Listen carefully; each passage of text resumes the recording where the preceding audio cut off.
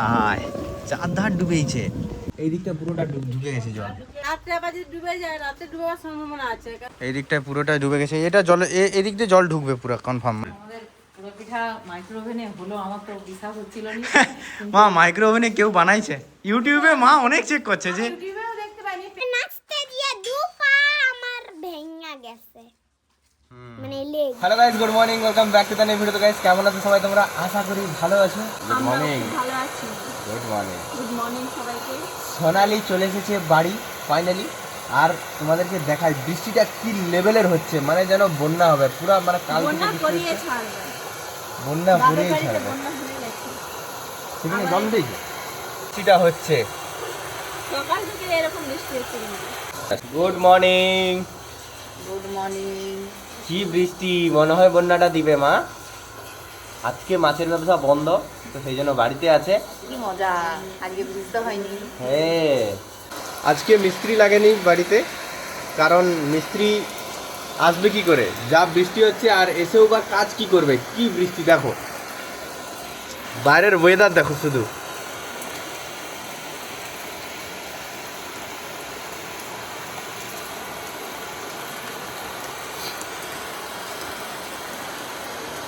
দেখলে তো বৃষ্টিটা কেমন হচ্ছে। সকালের খাওয়া দাওয়াটা সেরে নিই। এই যে বাইরে বৃষ্টি, আর এদিকে হচ্ছে একদম তাজা তাজা পমফ্রেট। এটা আর কি মাছ আছে? বিলাসপুর পমফ্রেট একসঙ্গে সব ঝোল চলছে। ভালোও আছে। ওয়াও, আশিস ঘর যাচ্ছে, কিন্তু আশিস কি যেতে পারবে ঘর? ছাতা থাকলেও বৃষ্টিটা দেখো কিরম পড়ে রে। আয় হায়, খাল দেখো গাইস, খালের জল দেখো, জল নিকাশি খালের জল উঠে গেছে একদম রাস্তার ধারে। আশিসেরও তো ঘর যাওয়ার আগে রাস্তা ডুবেছে। এই দেখো আমাদের বাড়ির সামনে এখানে একটা ছোট্ট নদী হয়ে গেছে। কোথায় যাবি? যা বৃষ্টি হয় রে তুই ভিজবি। ও রেনকোট পরছু, ভিজবি নি? কি গাড়ি চাবি? ঘড়িতে বাজে 1:30। অরুণ এখনো পর্যন্ত আসেনি, আজকে পার্সেল আছে, মানে ও বৃষ্টিতে ভিজ দিছে, ওই জন্য আসেনি। অরুণ চলে আসছে, অরুণের জন্য আজকে গিফট।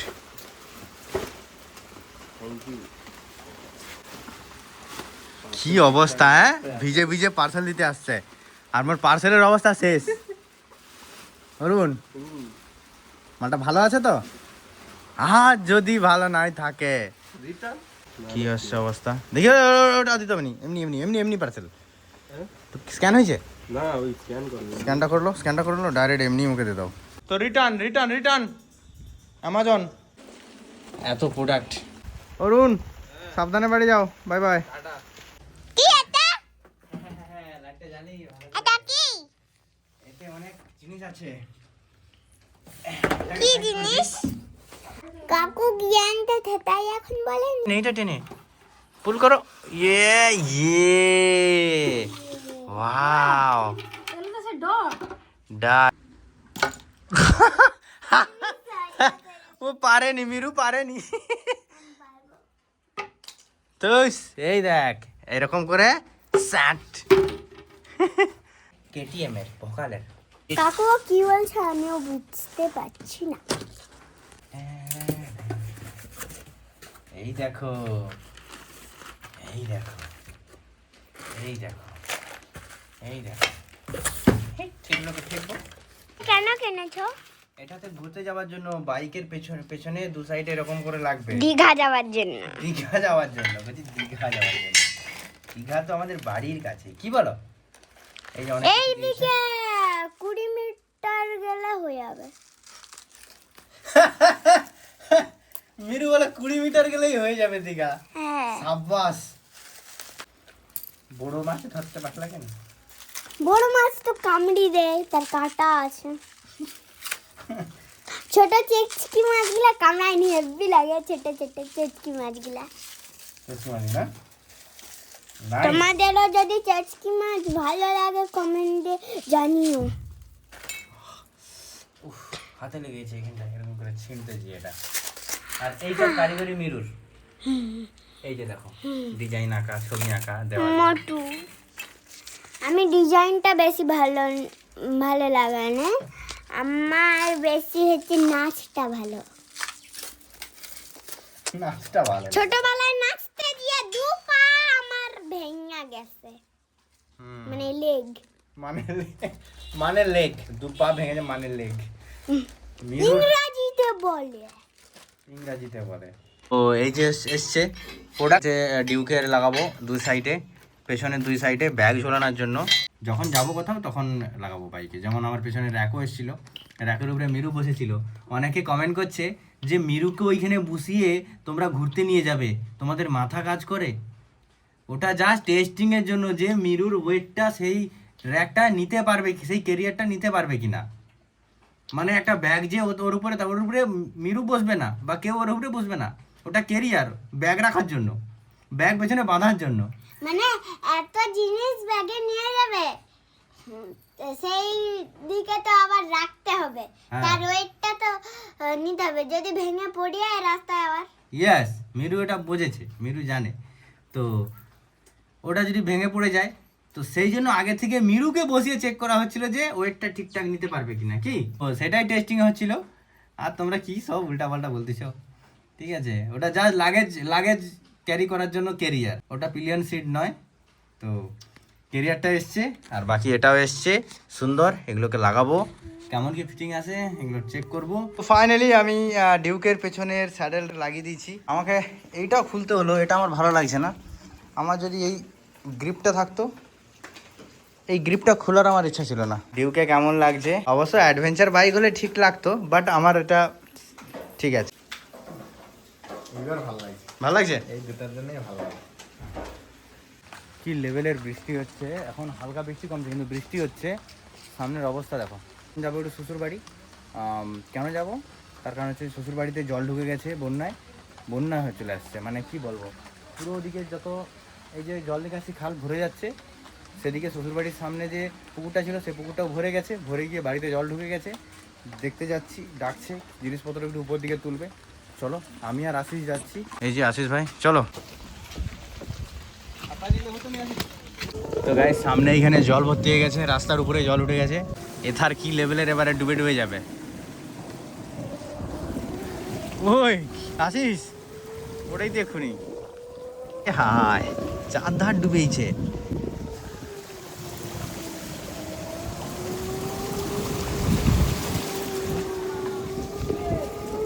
এই দেখো শ্বশুর বাড়ি যাওয়ার রাস্তায় এক্ষুনি পুকুরে পড়েই দিই। এই পুকুরটাই ডুবে গেছে। এই পুকুরটা প্রত্যেকবারে ডুবে গিয়ে এদিকটা জল হয়ে যায়। জল ঘরে ঢুকেনি, এই দিকটা পুরোটা ঢুকে গেছে জল। এইখানে জল, এইখানে এখনো পর্যন্ত জল টল হয়নি, তো এই দিকটায় জল ঢুকে যাওয়ার সম্ভাবনা। ও এইদিকে জল অনেকটা চলে আসছে, তো এই দিকটা জল ঢুকে যাওয়ার চান্স থাকবে। কালমেটে তুলে দাও, না রাত্রে আবার যদি ডুবে যায়, রাতে ডুবার সম্ভাবনা আছে, কারণ রাত্রিবেলা আবার কাকে ডাকবো, কে আসবে? আসো সায়ন, এই যে এই দিকটা দেখো অবস্থা, এই দিকটায় পুরোটা ডুবে গেছে। এটা জলে এই দিক দিয়ে জল ঢুকবে পুরো কনফার্ম, মানে যেভাবে বৃষ্টি হচ্ছে ওই দিক দিয়ে জল ঢুকছে কাকুদের এই সাইডে। ও কাকুদের এই সাইডটা পুরো জল শোষ করে উঠছে, দেখো এই যে। চলো আসো আসো আসিস, কি অবস্থা, তুলে নাও, পুরোটা তুলে নাও। এইটুকুই কাজ ছিল, বাকি রুমের ভিতরে তো কিছুই নেই। ওকে, কাজ কমপ্লিট, সব কিছু তুলে দিয়েছি। আর এখানে টেবিলগুলো সরানো হয়ে গেছে। এইখানে এখনও পর্যন্ত জল উঠেনি, কিন্তু রাত্রে পুরো সারা রাত বৃষ্টি হলে জল ঢুকে যাবে, আর এই মুখ পর্যন্ত জল চলে আসবে। আশিসদের ঘরের অবস্থা কি আছে এখন? জল ঢুকেনি এখনো? চলো বাড়ি যাওয়া যাক। বাইরে আবার বৃষ্টি শুরু হয়েছে, প্রচুর বৃষ্টি শুরু হয়েছে। শ্বশুর বাড়িতে তো দেখলে অবস্থাটা কি হয়ে আছে। খাওয়া দাওয়া অলমোস্ট শেষ। মা এখন এখানে কি বানাতে দিয়েছে? তালের পোড়া পিঠা মাইক্রো ওভেনে নাকি তালের পোড়া পিঠা। এই দেখো, মাইক্রো ওভেনে তালের পোড়া পিঠা বানানো হচ্ছে। যেখানে কেক বানায় সেখানে পোড়া পিঠা বানানো হচ্ছে। এই দেখো, আর এদিকে একটা কাণ্ড দেখো, আমি যে মানুষটা ভাত খাইনি, আমার কথা কারোরই মনে নেই। কেন সবাই খেয়ে নিচ্ছে, যে দেখো। খেয়ে নিচ্ছে বলতে তুমি খেলো? কি খাবো? কিছু তো রাখেনি, আমি খাবোটা কি? ভাতটাও নাই। না, কিচ্ছু নাই। এইটুকু ভাত লাস্টে ছিল, সেটা আবার হাঁড়িতে জল ঢেলে দিয়েছি। আমি খাবো। তুমি টাইমে আসোনি কেন? বড় বউ মানে ভাত খায়নি, কারো খেয়ে আনি। দিদা আমাকে ডেকে আসছে যে তুমি কি ভাত খাবো?